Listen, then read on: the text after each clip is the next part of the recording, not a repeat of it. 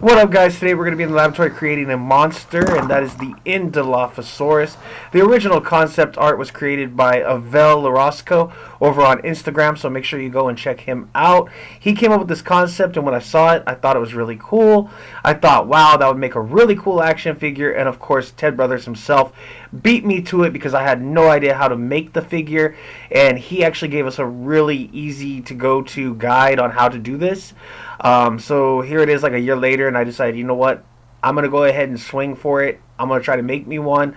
Now, this video is going to be my own concept. I'm going to take a lot of creativity liberties right here, do my own thing with it. So a lot of the stuff I'm going to do in here was already shown in Ted Brothers' video. I'm not going to be showing any of those steps. I'm only going to be showing the parts that make mine original and different from Ted Brothers. If you guys want to see those parts, make sure you go check out his video over at the Jurassic Park compound, and that's where you can see that video. I'll leave a link at the end of this video for you guys. With that being said, let's dive right in.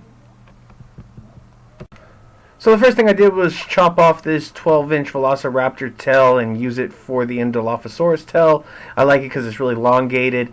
This is the Velociraptor I used. I had it laying around. It was just kind of junk, so I took the tail from that.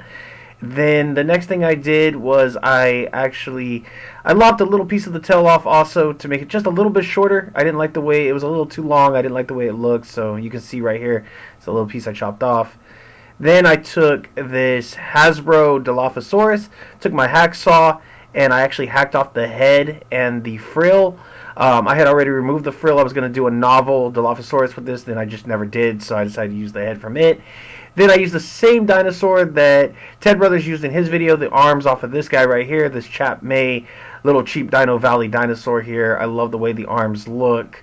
And yeah, so then I took this alien queen that I had laying around and I lopped off the little stinger off the end of it because the Indolophosaurus has a stinger at the end of its tail. So you can see where I took the little spade, little stinger off of it, just chopped that right off of there with some clippers.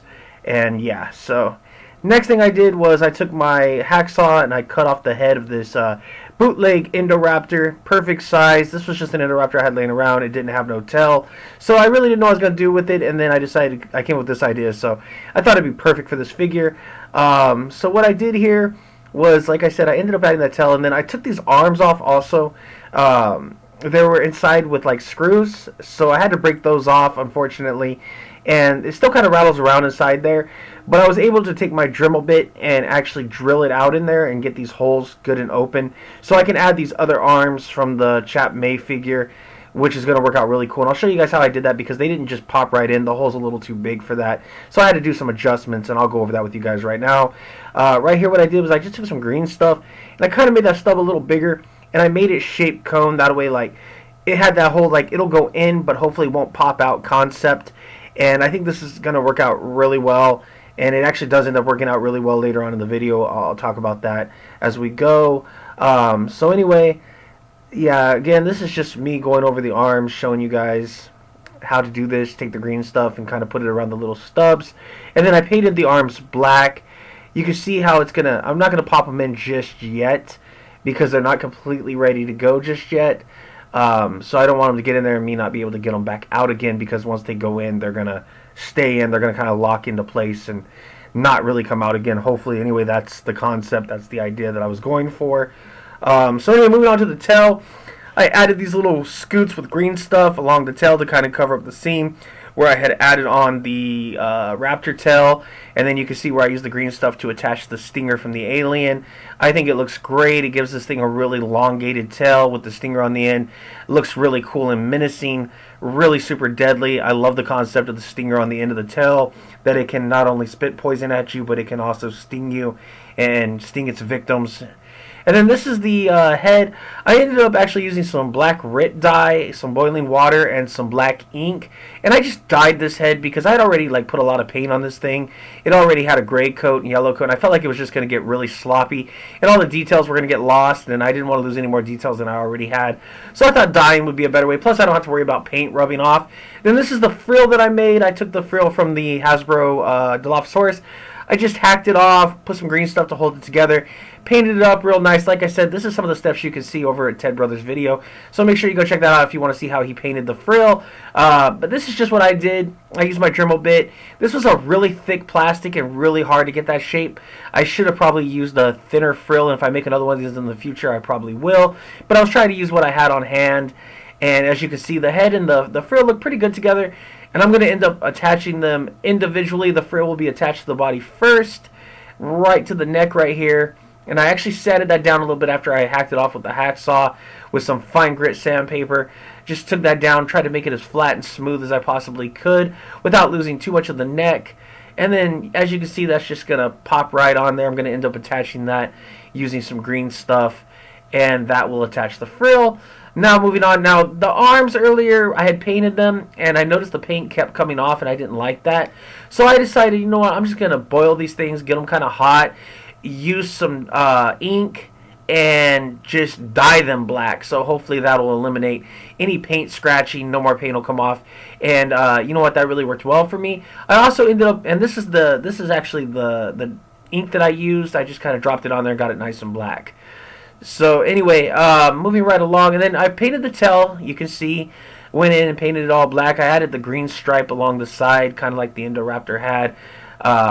So that's really cool. I really like the whole black and green and the way these colors pop. So this is looking pretty good so far. I still got to add on the arms. Now I wanted to mention, on the arms I actually did add a little bit more green stuff around just to make it a little thicker, and I'm glad I did. I could have even went a little thicker because they're still a little bit loose.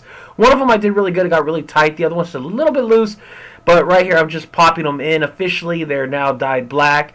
No more paint rubbing. Shouldn't have to worry about it. So they're in to stay. So this thing's coming right along. I'm really happy with the way it's turning out so far. Now, here I've actually attached the frill already. I used the green stuff, and I just kind of popped it onto the neck and let it set for a few hours and dry. And it's on there really good. And I'll go in and I will paint that green stuff with some black to make it blend into the neck. And this is also looking pretty good. So this guy's coming quite along quite quick. Now I did paint the head here. I didn't bother showing that. Again, that's another thing that you can watch Ted Brothers' video for. He does show how to paint it. I didn't do exactly the same, but I did kind of take inspiration from his. This Indolophosaurus head is a Hasbro one, so I'm not super happy with it. But again, just trying to work with what I had on hand. This was the only spare Indolophosaurus. I obviously couldn't chop off or spare a amber collection. I don't even have an amber collection one to use, and I don't do resin, so I had to work with what I had. Here I've actually attached the head using some green stuff. Again, I will go in and I will paint that seam black. Now, I've already done all that actually, and the figure is now completely finished, 100% done. This is how it turned out. Let me know what you guys think in the comments below. Tell me if you like it. I'm pretty happy with the way it came out. I think it's pretty sick. Mine's a little different from Ted Brothers because, as he had mentioned, his was like a statue figure with no movement, where this one's actually an action figure with movement. The neck can actually turn side to side. The arms can move up and down. The legs can actually move. And the only thing statuish on it really is the tail. It kind of stays in one position, which is fine by me. And it does actually balance. It will actually stand on two legs all by itself. And right here you can see the head can actually move side to side. It can turn back and forth. And so far, thank goodness, no paint rubbing, nothing scratching off, nothing like that. I'm not losing any of my green stripe that I had painted on the side or anything like that. So I'm really, really happy with the way this came out. I think this figure looks great. I'm really happy to add it to my personal collection. This is a figure I've wanted for a while and didn't quite know how to achieve it. After watching his video, I did figure out the parts that he used, but like I said, I've never worked with resin. I would have no idea how to cast resin, nor do I have an amber collection Indolophosaurus to do that, so I figured I would just go old school and, you know, kit bash, hack up some figures and throw them together.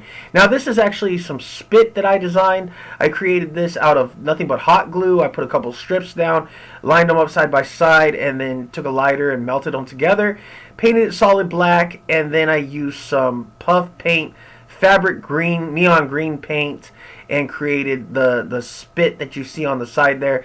And this fits right into the mouth of the Indolophosaurus, and this just looks fantastic. It looks like it's actually spitting at you. This is the paint that I was talking about that I used, in case you guys were wondering.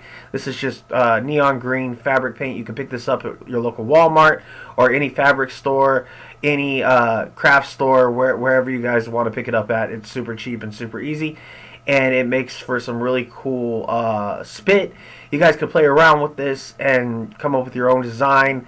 Create your own Dilophosaurus spit for your Dilophosaurus that you have now, or you can get creative and make the Indolophosaurus. Imagination is everything in this game, and this is the kind of stuff we love doing. Anyway, guys, thank you so much for watching. We'll see you in the next video. Thanks again.